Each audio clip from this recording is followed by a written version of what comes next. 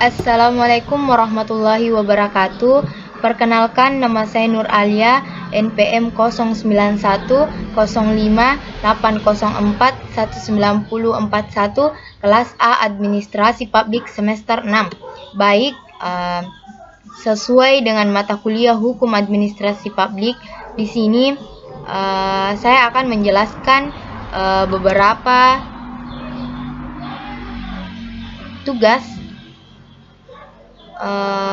pertemuan keempat. Yang pertama itu jelaskan kedudukan hukum dari pemerintah dalam hukum publik dan hukum privat. Yang kedua, sejarah kelahiran asas-asas umum administrasi negara serta fungsi dan arti penting asas-asas umum administrasi negara. Langsung saja, jelaskan kedudukan hukum dari pemerintah dalam hukum publik dan hukum privat. Kedudukan hukum privat atau pemerintah. Kedudukan pemerintah dalam hukum publik dalam perspektif hukum publik negara adalah organisasi jabatan pemerintah termasuk di dalamnya. Meskipun jabatan pemerintah dilekati dengan hak dan kewajiban atau diberi wewenang untuk melakukan tindakan hukum, namun jabatan tidak dapat bertindak sendiri. Perbuatan hukum jabatan dilakukan melalui perwakilan, yaitu pejabat. Jabatan dan pejabat diatur dan tunduk pada hukum yang berbeda. Jabatan diatur dalam HTN dan HAN, sedangkan pejabat diatur dan tunduk pada hukum kepegawaian. Tindakan hukum jabatan pemerintahan dijalankan oleh pejabat pemerintah. Dengan demikian, kedudukan hukum pemerintah berdasarkan hukum publik adalah sebagai wakil dari jabatan pemerintah. Kedudukan pemerintah dalam hukum privat.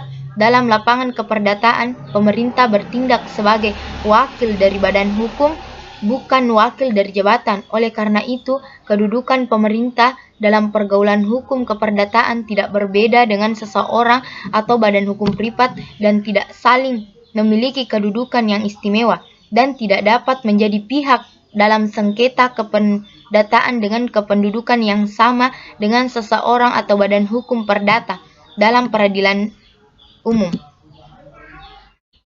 B. Kewenangan pemerintah.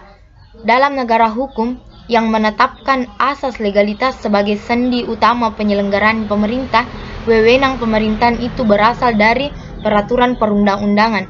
Dalam hal ini merupakan kewenangan pemerintah adalah kemampuan untuk melaksanakan hukum positif dan dengan begitu dapat diciptakan hubungan hukum antara pemerintah dan warga negara. C. Tindakan pemerintah. Pemerintah sebagai subjek hukum melakukan tindakan, baik tindakan nyata maupun tindakan hukum.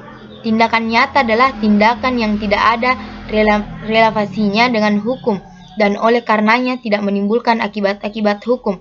Sedangkan tindakan hukum pemerintah adalah tindakan-tindakan yang berdasarkan sifatnya dapat menimbulkan akibat hukum tertentu atau yang dimaksudkan untuk menciptakan hak dan kewajiban. Yang kedua, sejarah kelahiran asas-asas umum administrasi negara serta fungsi dan arti penting asas-asas umum administrasi negara. Baik, langsung saja saya jelaskan apa sih sejarah kelahiran asas umum administrasi negara. Kewenangan bertindak bebas bagi administrasi negara dalam melaksanakan tugasnya akan menimbulkan kemungkinan terjadinya penyimpangan aturan yang dapat merugikan masyarakat. Maka dari itu, untuk meningkatkan perlindungan kepada masyarakat, Panitia Demonstrid Belanda membuat laporan asas-asas umum administrasi negara. Selanjutnya, fungsi dan arti penting asas-asas umum administrasi negara. 1. Bagi administrasi negara, asas umum pemerintah bermanfaat sebagai pedoman dalam hal melakukan dan penerapan dalam ketentuan peraturan perundang-undangan yang bersifat sama atau tidak jelas. Yang kedua, untuk masyarakat sebagai dasar gugatan sesuai dengan pasal 53 Undang-Undang Nomor 5 Tahun 1986.